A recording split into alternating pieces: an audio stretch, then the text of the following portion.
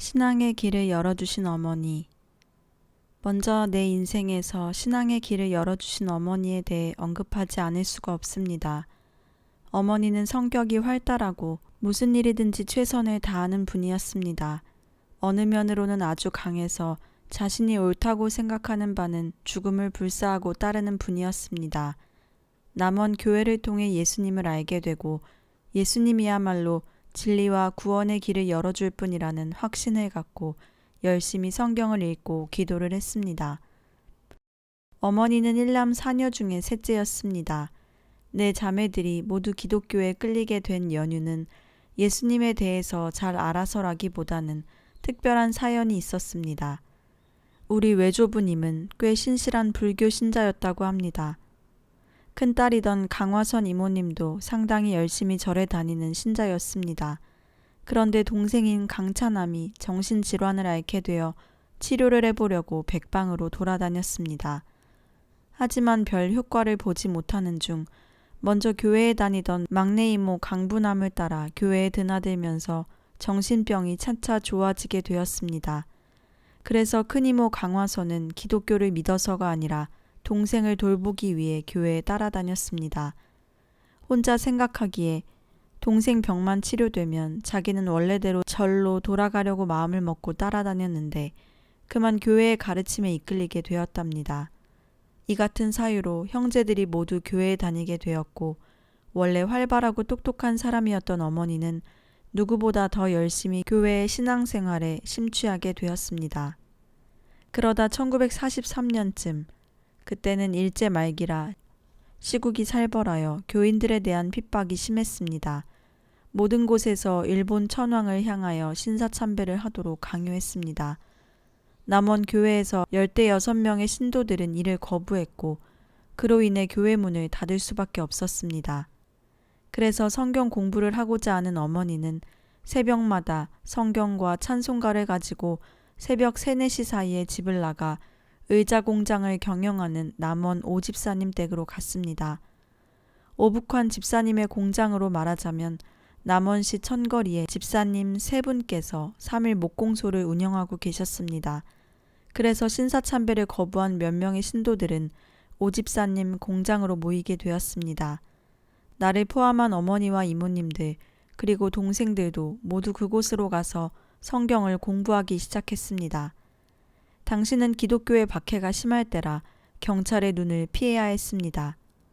그러던 어느 날 오 집사님께서 여러분 빠지지 않고 나와서 열심히 공부하시기 바랍니다. 머자나 특별히 훌륭한 선생님을 모시게 될 것입니다. 라고 했습니다. 그래서 모두들 설레는 마음으로 기다렸습니다. 그때 목공소를 찾아오신 분이 광주에서 오신 이연필 선생님이었습니다. 이후부터 어머니 일행은 이연필 선생님을 만나 종종 성경을 공부하게 된 것입니다. 훗날 나의 스승이 되고 동광원 운동의 중심이 된 이연필은 나의 스승이요 우리들의 성자입니다. 교계에서 이연필에 대한 소문이 좋지 않을 때 엄두선 목사는 그 이유를 알아보려고 찾아왔다가 이연필의 삶과 믿음이 예수님의 길을 따르는 참 신앙이었다는 것을 알고 맨발의 성자라는 책을 출간하여 세상에 알렸습니다. 그리고 맨발의 사랑, 이연필의 삶과 신앙이라는 책에는 이렇게 나와 있습니다. 이연필 선생은 얼마든지 부귀 영화를 누릴 수 있었지만 그리스도 예수를 믿고 모든 세속적 욕망을 버리고 초월하여 십자가의 길을 따라갔다. 세상의 가장 비참한 사람들과 함께 가장 가난하고 가장 약한 자가 되어 같이 사셨다. 그 십자가의 길이 참 길이요, 바른 길이요, 성인의 길이라는 것을 깨달으시고 제자들에게 그렇게 가르치셨다.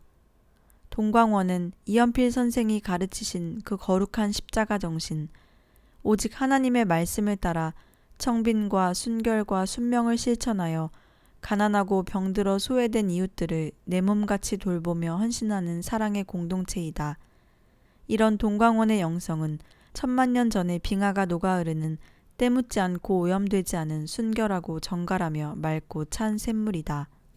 이연필 선생님이 1943년 남원의 3일 목공소를 찾아와 예배 모임과 성경 공부를 했지만 일제의 감시와 핍박이 심해서 남원 시내에서의 모임은 계속하기가 사실상 어려웠습니다. 그래서 어머니는 1944년 2월에 수양을 할 목적으로 집을 구하러 나가셨습니다. 지금의 설인에 구례군 산동면 둔사리를 수양처로 삼았습니다. 그곳은 남원에서는 30리가 넘는 곳인데 남원에서 수지까지는 평지로 20리 길이며 그곳부터는 산길로만 10리가 넘게 올라가야 되는 험준한 지리산 자락입니다. 깊은 산중이라 집을 구하기가 어려워 집을 크게 지을 수가 없어서 방 2칸의 오두막으로 만족해야만 했습니다. 거기서 밭도 일구고 농사를 지어 추수하여 저장도 했습니다. 그러나 겨울에는 너무나 추워 남원의 시내 집으로 내려와야만 했습니다. 그러다가 1945년 초에 어머니는 다시 그곳에 아버지와 함께 입산을 했습니다. 그때는 한참 2차 세계대전이 막바지였던 때라 매일 공습 경보가 나고 연합군의 B-29 기행기가 상공을 나는 바람에 늘 방공호를 찾아 들어가야만 했습니다. 모든 것은 배급제라 식량도 10일 간격으로 배급이 나와서 부모님은 교대로 시내를 나와야 했습니다. 남원 집에서는 할머니와 큰오빠 내외가 함께 살고 있었으며 나는 아직 직장인 남원 우체국으로 출근하고 있었고 동생들은 학교에 다니고 있었습니다. 서슬한 소슬바람이 덧창문을 스치고 지나가는 어느 날 밤이었습니다. 갑자기 아버지가 기거하는 윗방에서 어머니가 주무시던 아랫방으로 베개가 날아왔습니다. 곧이어 화가 난 아버지의 목소리가 뒤를 따라 들려왔습니다. 그렇게 살려면 차라리 나가. 그 바람에 깜짝 놀라 일어난 나는 날아온 베개를 붙잡고 앉았습니다. 단 한 번도 화를 낸 적이 없는 아버지의 고함 소리에 깜짝 놀라 일어났지만 그 영문을 몰랐습니다. 우리 집은 어려서부터 부부 유별이 당연한 것이었습니다. 아버지는 윗방에서 오빠와 함께 주무시고 어머니는 딸들과 함께 아랫방에서 잠을 잤습니다. 내 곁에 누워 계시던 어머니는 아무것도 모르는 척 옆으로 돌아 누우셨습니다. 나는 윗방의 분위기를 살폈습니다. 언제 그랬냐는 듯 윗방은 조용했습니다. 나는 가만히 다시 누워 눈을 감았습니다. 언제나 사이가 좋던 부모님이었는데 무슨 일로 아버지의 역정이 저리 심하실까 이해가 되지 않았습니다. 아버지는 동네에서 군자라고 소문이 날 만큼 항상 조용하고 주장이나 고집이 없는 분이었습니다. 그래서 내가 어머니한테 왜 아버지께서 저리 역정을 내시는가 하고 물었습니다. 그랬더니 어머니께서 이렇게 대답해 주었습니다. 너도 알다시피 내가 성경 공부를 하면서 깨달은 바가 있단다. 창세기에 선악과를 따서 먹으면 반드시 죽으리라 라고 한 그 말씀에 순종하기 위해 아버지와 부부 생활을 거부했기 때문에 아버지께서 이렇게 화가 나신 것이란다. 나는 아직 부부 생활이 어떤 것인지 알지 못했지만 이미 독신 생활을 준비하고 있던 터여서 어머니의 말에 깊이 공감을 했습니다. 꿈길에 만난 예수님.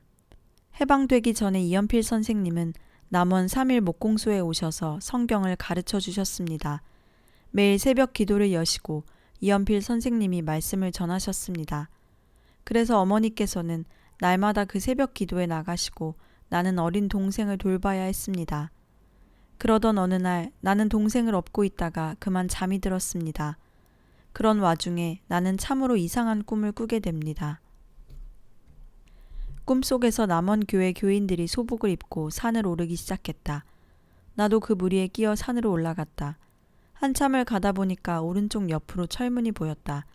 교인들은 그 철문은 쳐다보지도 않고 모두가 곧장 산으로만 올라갔다. 나는 걸음을 멈추고 철문으로 고개를 돌렸다. 엄청나게 큰 십자가 철문이었다. 나는 고개를 갸웃거렸다. 왜 교인들은 산으로 올라가지? 여기 십자가의 문이 있는데 왜 그들은 산으로 올라가는 걸까? 나도 산으로 갈까? 아니야. 예수님을 만나려면 나는 십자가의 문을 통과해야 해.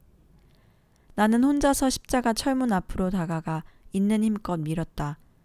굳게 닫힌 커다란 철문은 꼼짝도 하지 않았다. 내 힘으로는 절대 열 수가 없었다. 열 수 없는 철문 앞에서 기도가 절로 나왔다. 예수님, 제 힘으로는 도저히 열 수가 없어요. 저는 힘이 없으니 도와주세요.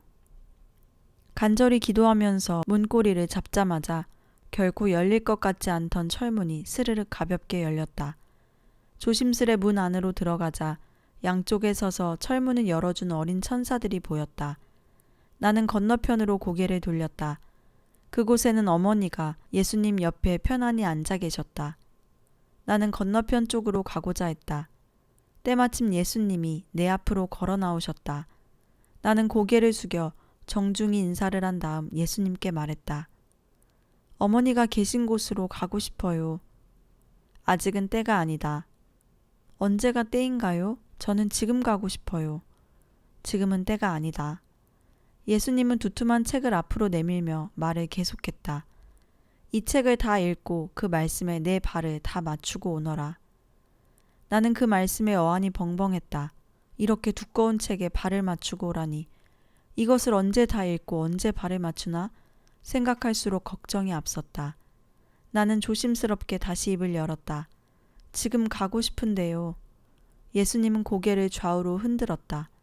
나는 무조건 떼를 쓰다가 나중에는 빌면서 예수님께 통사정을 했다. 그러나 아무 소용이 없었다. 나는 한 손으로 책을 받고 또 한 손으로는 예수님을 틀어잡고 엉엉 울고 말았다. 흐느껴 울다가 나는 눈을 번쩍 뜨고 깨어났습니다. 젖먹이 막내 동생을 업고 앉아있다가 그만 앞으로 엎드린 채로 자고 있었던 것입니다. 나는 허리를 펴고 앉아 동생을 추스르며 꿈 내용을 계속 곱씹어 보았습니다. 꿈의 내용이 하도 의미심장하여 이제나 저제나 어머니가 돌아오기를 기다렸습니다. 초조한 내 마음과는 달리 어머니는 쉬이 오지 않았습니다. 한참 후 어머니가 대문으로 들어오시는 기척이 왔습니다. 나는 방으로 어머니의 뒤를 따라 들어가서 다짜고짜 말했습니다. 어머니, 저도 어머니 다니는 새벽 기도에 따라갈래요. 아니다. 너는 아기를 좀 봐주어야지. 어머니가 바로 거절하였습니다. 아니에요. 저는 무조건 어머니를 따라갈래요. 나는 무조건 억지를 부렸습니다. 그러자 잠시 어머니가 나를 보더니 작은 소리로 말을 했습니다. 사실은 광주에서 이 선생님이라는 선지자가 오셨어. 그분에게 창세기 성경 공부를 하는 중이다. 그분은 마음을 꿰뚫어 보시는 분이니까 그분에게 의논해서 허락을 받으면 그때부터 같이 가든지 하자. 어머니의 대답을 듣자 나는 마음속에서 더 안달이 났습니다. 하지만 그분이 하나님 대리자인 선지자라면 기다릴 수밖에 없다고 생각하면서 들뜬 마음을 다독였습니다. 며칠 후 새벽 예배를 드리고 온 어머니는 방으로 들어오자마자 나에게 말했습니다. 나한테 배우라고 하더라. 꿈에서도 예수님이 안 받아주시더니 나는 속이 퍽 상했습니다.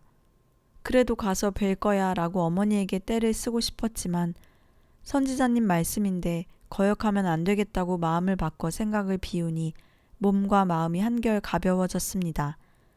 그날부터 나는 어머니한테 성경을 배우기 시작했습니다. 그리고 어머니가 하시는 대로 따라하였습니다. 어머니가 일어나면 함께 일어나고 기도하면 함께 기도하고 하면서 어머니를 따랐습니다. 어머니와 함께 성경을 공부하는 일은 무척 재미있었습니다. 그렇게 성경 공부에 재미를 붙이고 있던 중에 8월 15일 일본으로부터 해방이 찾아왔습니다. 해방이 되자 모두가 환호하며 기뻐했습니다. 그러나 기쁨도 잠시, 이내 또 세상은 무법천지가 되었습니다. 일본이 패망하여 우리나라에 왔던 일본 사람들이 쫓겨나게 되자 일시적으로 혼란이 찾아왔습니다. 당시 남원 우체국은 한국인이 우체국장이었습니다. 나에게는 누구보다 잘 대해주고 근무 성적도 늘 최고 점수를 주었습니다. 그런데 강직한 성품이라 조금만 잘못해도 크게 야단을 치는 분이었습니다. 그런 태도의 일부 직원들은 평소 불만을 가지고 있었던 것 같습니다. 하루는 그 불평하던 직원들이 우르르 달려들어 우체국장을 작대기로 두들겨 팼습니다. 그동안 여직원들은 모두 전화교환실에 몰아넣고 몽둥이를 들고 문 앞을 지켜서서 나오지 못하게 했습니다. 이런 모습을 지켜본 나는 큰 충격을 받고 이 세상을 살고 싶지 않을 정도로 실망하고 절망에 빠져버렸습니다. 그런 와중에 앞날에 대한 진로를 심각히 고민하면서 하루하루를 보내고 있던 때라 나는 우체국의 일이 예전처럼 보람으로 느껴지지 않았습니다. 그나마 다행인 것은 내가 우체국에서 전화선을 교환하는 일을 하므로 인간의 양면성을 지닌 그런 직원들의 얼굴을 마주 대하며 일할 시간이 거의 없었다는 것이었습니다. 그렇지만 매사에 힘이 빠지고 우체국 나가는 일이 갈수록 힘들고 일할 의욕이 시들해졌습니다. 결단과 새 출발. 수도자의 길을 가야지 하고 마음먹고 있었지만 구체적 계획이나 이끌어주는 사람이 없어서 막연하였기에 직장을 그만두지 않고 계속 다녔습니다. 그렇게 마지못해 다니며 차일피일하는 중에 해방이 되었고 해방된 지 얼마 후에는 징용으로 입대를 했던 3대 독자 최 씨가 무사히 돌아와서 내가 근무하고 있는 남원 우체국으로 인사를 왔습니다. 저는 멀리서 그를 알아보고 깜짝 놀라 당황하였습니다. 그가 입대할 때 나는 이미 예수님을 따라 산으로 들어간다고 했으니까 내가 없는 줄 알 터인데 부딪히면 어쩌나 난감해서 그날은 멀리 숨어 있었습니다. 그런데 이미 산으로 떠난 줄만 알았던 내가 아직 근무한다는 소식을 듣고서 바로 그 이튿날 내게 전화를 걸어왔습니다. 떠난 줄만 알고 있는 금남 씨가 아직 있어서 너무나 고맙습니다. 나는 숨을 한번 크게 내쉬고는 말을 했습니다. 그동안 생각해 주셔서 감사합니다. 아시다시피 저는 결혼하지 않고 수도의 길을 가고자 하는 몸, 오직 예수님만 바라보면서 살아갈 것입니다. 그러니 제발 저를 잊으시고 좋은 사람 만나시어 행복하시기를 다시 부탁드립니다. 나의 마음을 이미 다 알고 있는 그는 마지막 올 것이 왔다는 듯 서운함이 짙게 깔린 목소리로 대답했습니다. 3년이란 세월 동안 내가 금남씨 가는 길을 방해한 것 같소. 보통 사람이 걸어가기 힘든 수도의 길을 간다고 하니 도저히 말릴 수도 없구려. 나도 함께 수양의 길을 걷고 싶은 마음은 이미 금남씨가 알고 있을 것이오. 부디 아무도 가지 않는 좁은 길을 가니까 꼭 성공하길 바라오. 예, 부디 예수님 잘 믿고 거룩한 믿음의 가정을 이루세요. 전화를 끊고 나서 나는 마음이 착잡했습니다. 그 사람의 마음을 아프게 한 것이 또다시 미안하고 미안했습니다. 이렇게까지 그의 마음을 아프게 하면서 가는 길, 진리의 길을 꼭 이루고 말겠다는 다짐도 했습니다. 지금 돌아보아도 그렇게 할 수 있었던 힘은 내게는 조금도 없습니다. 오로지 나를 구하시고자 하는 주님의 은총 덕분일 것입니다. 3대 독자와 마지막 인사를 나눈 며칠 후였습니다. 어머니는 남원 시내에서 약 20리 밖에 있는 지리산 자락 갈촌리로 떠나기 위해 여장을 꾸렸습니다. 그곳도 역시 교사를 하던 숙부님이 사놓아 개간을 한 곳이었습니다.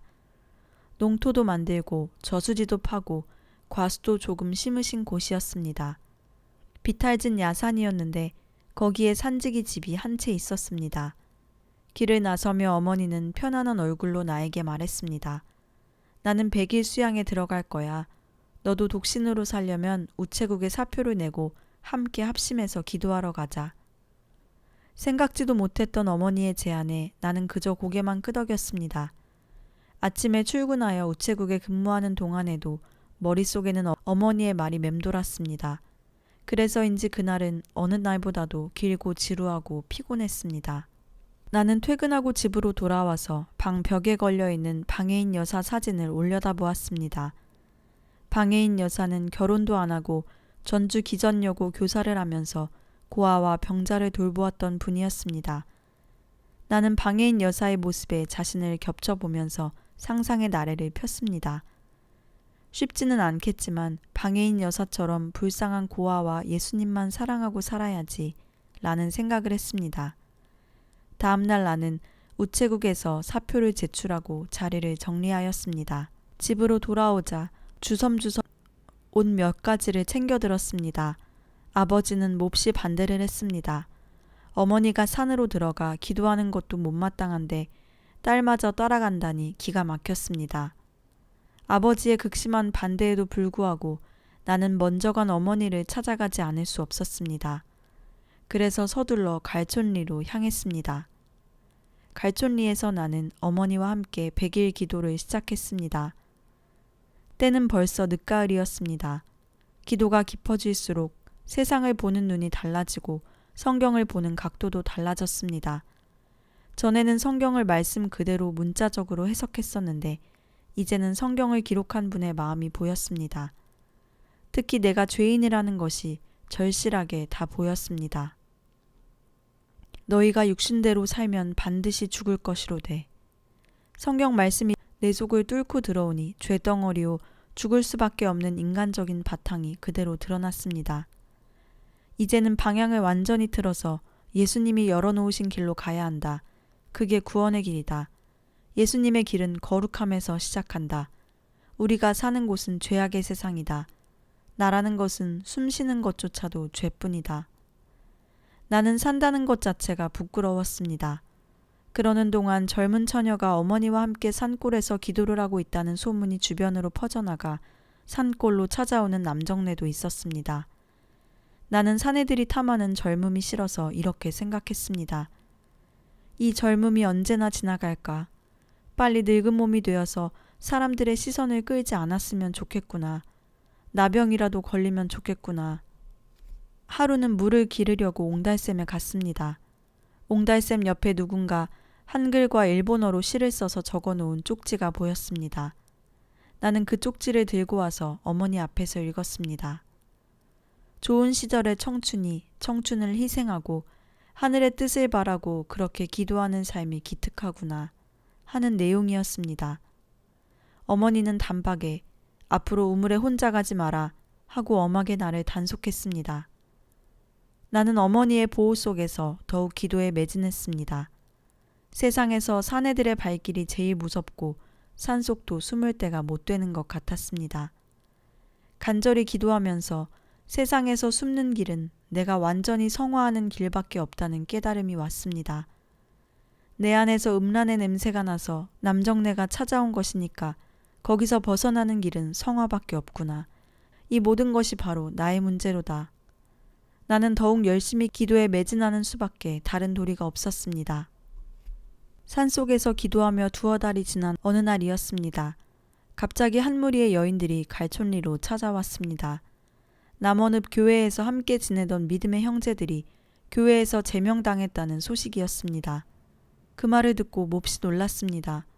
그러니까 이 선생님을 따르는 믿음의 형제들이 교회에서는 이단으로 몰리고 가정에서는 젊은 남정네에 빠져서 이리저리 설치고 다닌다며 남편들에게 매를 맞고 구타를 당했다고 했습니다. 그렇지만 믿음의 길을 버릴 수가 없어 새벽 첫 닭이 우는 소리를 듣고 집에서 출발하여 갈촌리로 왔다는 것입니다. 남원 지역 이곳저곳에서 갈촌리까지 30리가 넘는 이 머나먼 길을 찾아오는 그 심정이 어떠했을지 짐작이 가고도 남았습니다. 어머니와 나는 그분들과 함께 마음을 모아 정성으로 예배를 드렸습니다. 우리는 불타는 신앙으로 서로의 상처를 보듬어 주었습니다. 그러자 영혼은 새 힘을 얻은 듯 했습니다. 박해를 받을수록 어머니들의 가슴 속에는 성령이 불타올랐습니다. 이때부터 매주 일요일이면 어김없이 믿음의 형제인 어머니들이 갈촌리에 나타났습니다. 가정과 사회라는 여러 환경 속에서 가해오는 핍박을 물리치고 물을 건너고 험한 산길과 들길을 지나 30리 또는 40리 길을 마다하지 않고 갈촌리로 찾아왔습니다. 그들이 예배를 마치고 집으로 돌아갈 때면 어머니와 나는 형제들을 꼭 전쟁터에 보내는 것 같은 생각이 들어 산자락 끝까지 따라 나와 배웅을 했습니다. 그러고는 세상을 향해 내려가시는 그 어머니들의 뒷모습을 지켜보며 한 주일 동안 믿음의 삶을 잃지 않도록 열심히 기도로 응원을 보냈습니다. 어느덧 100일 기도가 끝나가니 나는 앞으로 세상 밖으로 나가서 살 일이 까마득해지면서 걱정이 태산 같아졌습니다. 마음은 이미 예수님만 위해 살겠다고 결심했는데 저 험악한 세상에서 어떻게 견디며 살아갈 수 있을 것인가. 100일 기도가 끝나기 한 주일 전이었을 것입니다. 예배가 거의 끝나갈 무렵에 어떤 사람 두 분이 찾아왔습니다. 인기척의 어머니는 문을 열고 내다보더니 신발 신을 겨를도 없이 재빨리 뛰쳐나갔습니다. 함께 있던 다른 믿음의 어머니들도 후다닥 쫓아나갔지요. 웬일인지 나도 갑자기 마음이 편안하고 기쁨이 충만해지면서 성모 마리아와 엘리사벳이 만나는 순간에 복중의 아기가 뛰어놀듯이 심장이 뛰었습니다. 보통뿐이 아닌가 보다. 누굴까? 혹 이 선생님일까? 나는 집에서 어머니가 새벽 기도를 다녔던 것을 떠올리며 속으로 추측해 보았습니다. 아니나 다를까 역시 이연필 선생님이었습니다. 이연필 선생님이 다른 형제분과 함께 찾아오셨습니다. 그때부터 갈보리에서 어머니와 나는 이 선생님께 날마다 성경을 배웠습니다. 그 당시 30대인 이 선생님은 예법을 아주 중요하게 여겨서 나는 어머니 뒤에 숨어 성경을 배웠습니다. 이 선생님은 하루 종일 먹는 것을 볼 수 없었습니다. 하루 한 번 밤중이면 물 한 잔에 곡식가루를 한 숟갈 풀어서 마시는 것으로 끝이라 하였습니다. 때로는 며칠씩 금식하며 지냈습니다.